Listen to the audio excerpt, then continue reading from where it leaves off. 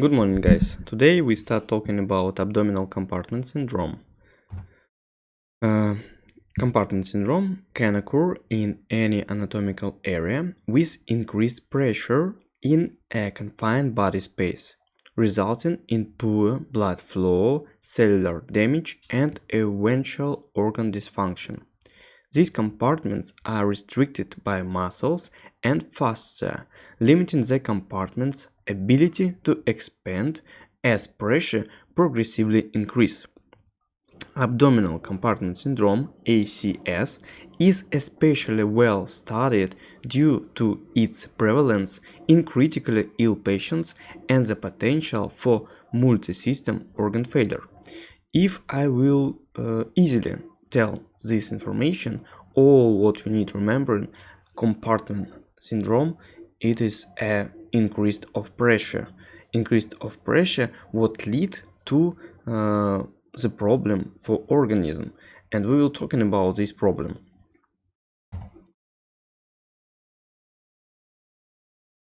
World Society of Abdominal Compartment Syndrome was created in 2004. This society standardized the definitions and guidelines for evaluating and treating abdominal compartment syndrome, as this disease process is often underdiagnosed in the medical field. The intra-abdominal pressure is the steady state pressure within the abdomen. Intra-abdominal pressure. The average normal adult intra-abdominal pressure range from 0 to 5 mm Hg, while IAP can be elevated up to 5 to 7 mm Hg in critically ill patients. Both patient body habitus and chronic medical conditions can influence the patient's baseline intra-abdominal pressure. Thus, they must be considered during ACS evaluations. Elevated intra-abdominal pressure can lead to intra-abdominal hypertension, IAH, defined as IAP more than 12 mm Hg, but is not synonymous with abdominal compartment syndrome. ACS can occur when IAP is more than 20 mm Hg. However, the beginning phases of organ dysfunction can occur before IAP reach 20 mm Hg. Failure to recognize and immediately manage ACS can lead to poor prognosis and is recognized as an independent predictor of mortality. High clinical suspicion with protocolized monitoring and management should be implemented when treating critically ill patients, especially those with significant fluid shifts. This diagnosis should always be considered in patients with tense and distended abdomens and associated clinical instability. The abdomen is one of many anatomically confined spaces within the body. All compartments within the body are connected to multiple organ systems through physiological systems. Thus, increased intra-abdominal pressure will also affect the surrounding areas and can lead to multiple organ dysfunction. With prompt identification of the causes of ACS and early interventions, organ dysfunction can be reversible. Don't look on this picture, we will discuss about this picture in few slides away.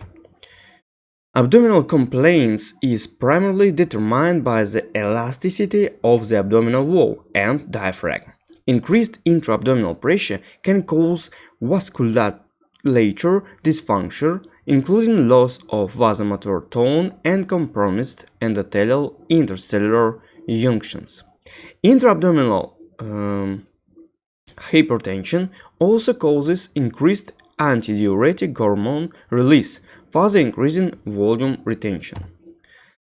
As intra-abdominal hypertension is viewed as a physiological continuum, the World Society of Surgeons recommended that intra-abdominal hypertensions be divided into 4 grades as follows.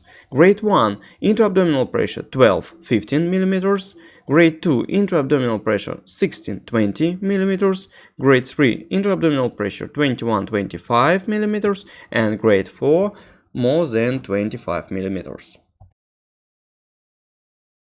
Intra-abdominal hypertension in the presence of organ dysfunction raises suspicion for abdominal compartment syndrome.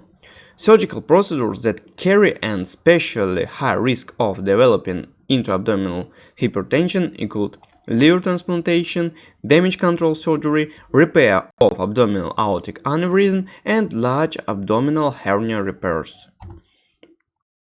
Other etiologies must be considered in addition to surgery as potential causes of abdominal compartment syndrome, which can be classified as primary or secondary. Primary abdominal compartment syndrome causes include blunt or penetrating trauma, intra-abdominal hemorrhage, abdominal aortic aneurysm rupture, abdominal adhesions, intestinal obstruction, tumor formation, and retroperitoneal hematoma. Secondary causes do not originate from intra-abdominal disease, including pregnancy, ascites, ileus, intra-abdominal sepsis, and large volume fluid resuscitation. Intra-abdominal pressures can be chronically elevated in pregnancy, cirrhosis, obesity, intra-abdominal malignancy, and peritoneal dialysis. Those with higher body mass index can be expected to have higher baseline intra-abdominal pressure between 9 to 14 mm Hg due to the restrictive effect of adipose tissue. The causes of intra-abdominal hypertension and abdominal compartment syndrome can be broken down into the following categories. First, diminished abdominal wall compliance. Second, increased intraluminal volume. Third, increased extraluminal abdominal volume. And fourth, capillary leak or fluid resuscitation. Diminished abdominal wall compliance, abdominal surgery, intra-abdominal adhesions, myotrauma, myoburns, mechanical ventilation, obesity. All of these can give the diminished abdominal wall compliance.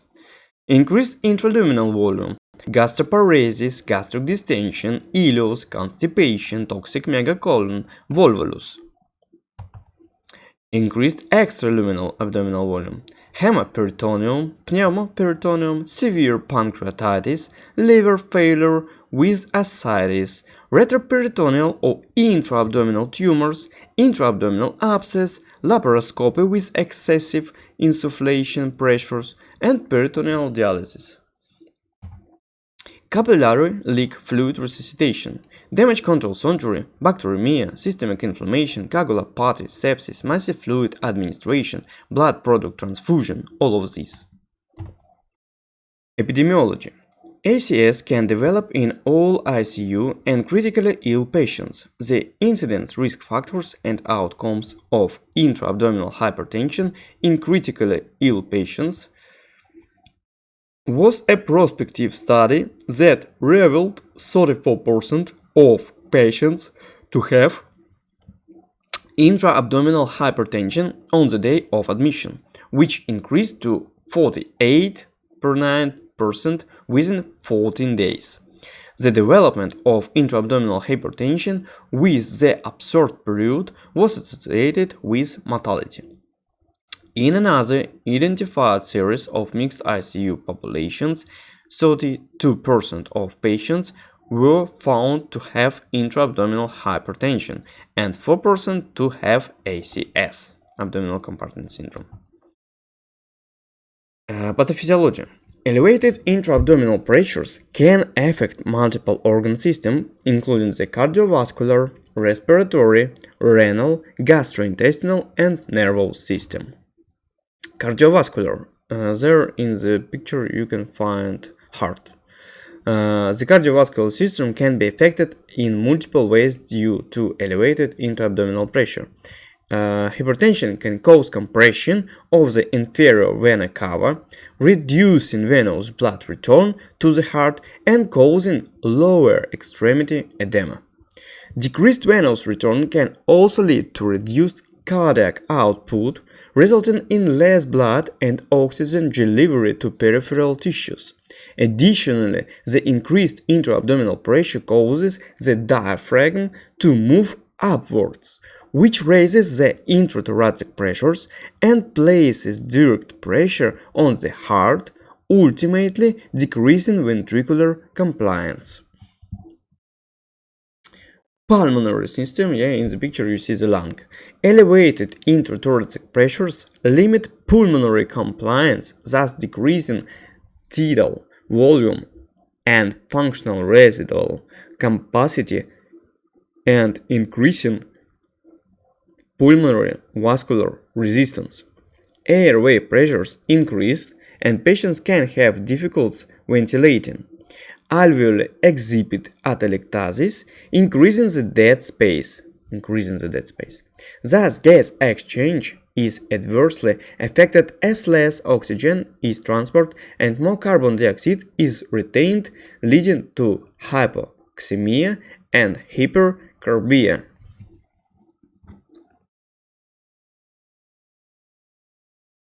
Renal system. Intra-abdominal hypertension can compromise the renal system by decreasing renal, arterial, and venous blood flow, affecting the glomerular filtration rate and ultimately causing acute kidney injury and subsequent reduction in urine output. Blood is diverted from the renal cortex, further impairing renal function. The renin-angiotensin-aldosterone system is activated, leading to increased systemic vascular resistance through angiotensin II and increased reabsorption of water and sodium mediated by aldosterone. Studies indicate that oliguria can occur at an intra-abdominal pressure of 15 mm Hg and anuria at pressures of 30 mm Hg.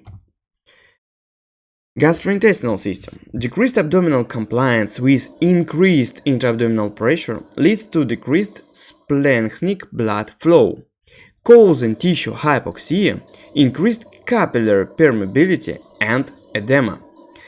Further, insult propagates the body's inflammatory response, exacerbates intestine malperfusion, and increases the risk of bacterial translocation and infection. The hepatic system is also affected as decreased hepatic flow leads to impaired metabolism and clearance, contributing to metabolic acidosis. Elevated intra-abdominal pressure also decreases venous drainage from the brain, which increases intracranial pressure and decreases cerebral blood flow. Increased partial pressure of carboxide also causes increased arterial blood flow to the brain, further increasing intracranial pressure. History and physical. What we need to find. Abdominal compartment syndrome usually only observed in critically ill patients and is more frequently diagnosed in the intensive care unit than in the emergency department. Of note, physical examination is not a reliable indicator of ACS, even when performed by experienced clinicians, so objective measurements are necessary in any patients with risk factors for intra-abdominal hypertension. If a patient has penetrating abdominal trauma, has received large amounts of fluid resuscitation, or has undergone extensive abdominal surgery, there should be a high clinical suspicion for abdominal compartment syndrome.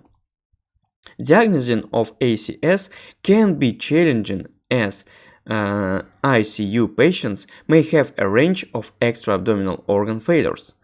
Patients may also be intubated and unable to communicate their symptoms, so through monitoring of intra-abdominal pressure, chart review to obtain past medical history and overall clinical picture are essential for diagnosis. Evaluation. But before, in the picture, ICP increased, CPP decreased, altered mental status, encephalopathy, heart tachycardia, CVP grow up, PCPP grow up, CVR grow up, CO decrease, venous return decrease, CPV increase, CVV increase, PPV increase. Gastric system, nausea, vomiting, gastroparesis, GRV grow up, gastroesophageal reflux. Kidney, renal blood flow go down, decrease, RVP increase, RVR increase, GFR decrease, AKI increase. Natrient and ash and water retention. Urine bladder, oliguria or anuria. Rectus sheath blood flow decrease, lower extremity weakness or numbness. Celiac blood colonic. Celiac blood flow decrease, SMA blood flow decrease, mucosal blood flow decrease, pH decrease, APP decrease. Liver function test grow up, portal blood flow decrease, lactate clearance decrease, mitochondrial function decrease. Lungs, intrathoracic pressures increase, PIP increase, PAW increase, CDIN decrease. PAO2 decrease, PATCO2 increase. Metabolic disturbances, adrenal insufficiency of thyroid gland.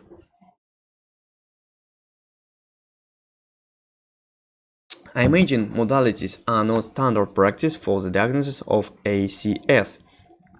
However, imaging can show early indicators of intra-abdominal hypertension that may ultimately lead to ACS, such as peritoneal to abdominal height ratio, a maximal anteroposterior to transverse abdominal diameter ratio of less than 0.8, bowel walk thickening, elevation of the diaphragm, narrowing of the vena cava less than 3 mm, and a large amount of intra-abdominal fluid.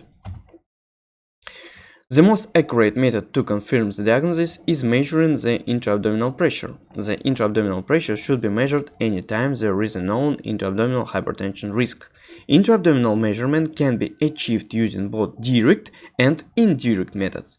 Direct methods include using pressure transducers, Ver's needle during laparoscopic surgery, or intraperitoneal catheters, peritoneal dialysis catheter. These methods are highly accurate but are invasive. The most accepted method for measuring intra-abdominal pressure is the use of indirect intra-abdominal pressure measurements through intervesicular catheter pressure. This is the most particular approach due to its widespread availability and limited invasiveness. This technique involves aseptic clamping of the Foley catheter and connecting the Foley to a three-way stopcock adjusted to the level of the mixed axillary line at the iliac crest to zero the transducer.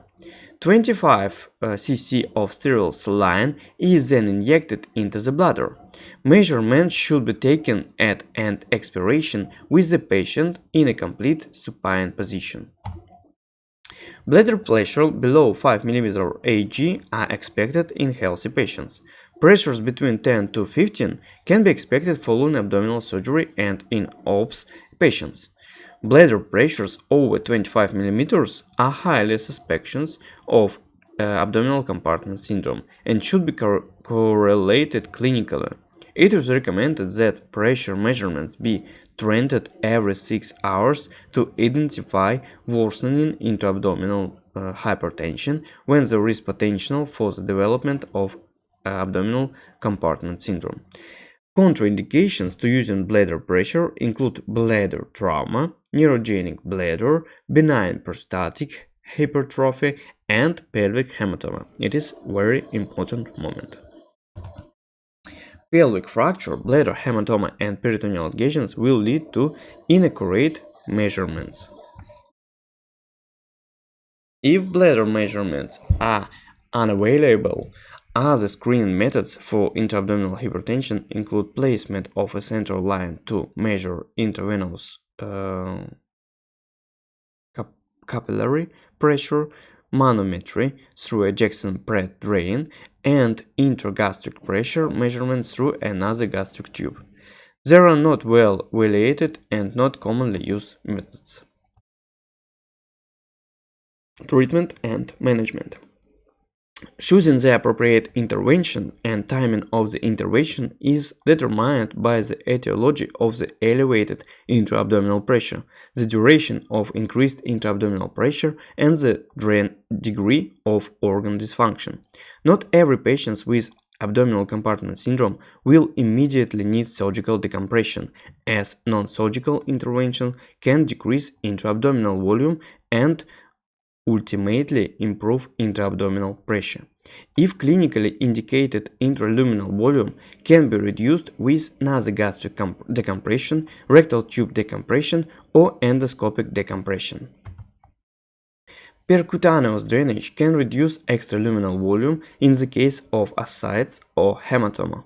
Abdominal wall complaints can be improved with adequate sedation and neuromuscular blockade, removal of constrictive dressings, and Asher lies among the other options. Other recommendations made by the AACS include optimizing fluid administration, resuscitation with hypertonic products or colloids, consideration of hemodialysis or ultrafiltration, and goal-direct resuscitation. However, the quality of evidence is low and needs to be considered when using conservative measurements. Percutaneous catheter drainage is a valuable option for abdominal compartment syndrome caused by increased extraluminal abdominal volume. It is far less invasive than a surgical laparotomy and can also be used temporarily if surgical decompression is not an immediate option. Excess extraluminal abdominal volume is caused by excess air, fluid, or blood in the abdominal cavity. If conservative medical management does lead to improved intra-abdominal hypertension and further organ damage is not surgical decompression, using emergent laparotomy should be considered. With surgical abdominal decompression, organ dysfunction may also improve rapidly, as most organ dysfunction is seen as a direct sequela from compromised blood flow or mechanical obstruction. After surgical decompression, the abdominal fascia may be left open temporarily. The open wound is often covered by a negative pressure dressing system, which helps minimize the risk of infections and fistulas, decreased insensible losses, and prevent retraction of the fascia. With clinical improvement, the patient can return to the operating room within several days for further evaluation and attempted fascia closure, which can be achieved with mesh or primary close techniques.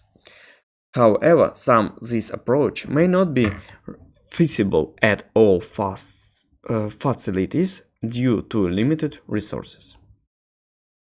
Also, surgical decompression is considered a definitive treatment for abdominal compartment syndrome. It can be associated with many complications, especially when the abdomen wall is left open. Some complications include fistula formation, protein loss by drainage of peritoneal fluid, abdominal wall retraction with mitral hernia development, and wound infection. In addition, up to 20% of surgical decompression is associated with recurrent abdominal compartment syndrome, either due to ongoing causative agents or inadequate lowering of intra-abdominal pressure. Despite extensive literature published on abdominal compartment syndrome, the ideal timing for surgical decompression is debatable. Early pursuit of surgical intervention can exacerbate stress on the patient from the surgery itself. Thus, the consensus with the medical community is to consider surgery when multiple conservative management treatments have not improved the patient's condition. Differential diagnosis for abdominal compartment syndrome includes mesenteric ischemia, ruptured abdominal aortic aneurysm, toxic megacolon, acute appendicitis, and acute diverticulitis. Prognosis. If left untreated, abdominal compartment syndrome can be fatal and delayed. Treatment is associated with high mortality rates. Intra-abdominal hypertension has been identified as an independent predictor of mortality, with each grade associated with worsening outcomes. Many serious reports that the resultant multi-organ failure can delay recovery for weeks or months, even with treatment. Prolonged need for mechanical ventilation, dialysis, and more extended hospital stays are also common in these patients. Complications include renal failure, bowel ischemia, respiratory distress or failure, increased cranial pressure, cardiac failure, potential death. Deterrence and patient educations. The keys to preventing abdominal compartment syndromes development are first and foremost to measure intra-abdominal pressure in any patient with risk factors, especially ICU patients.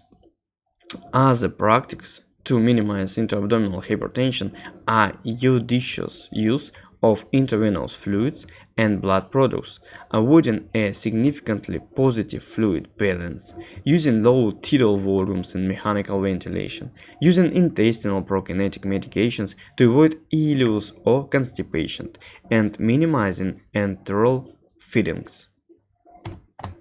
That's all, guys, what I want to tell you today. Thank you very much for your attention and have a nice day. Bye bye.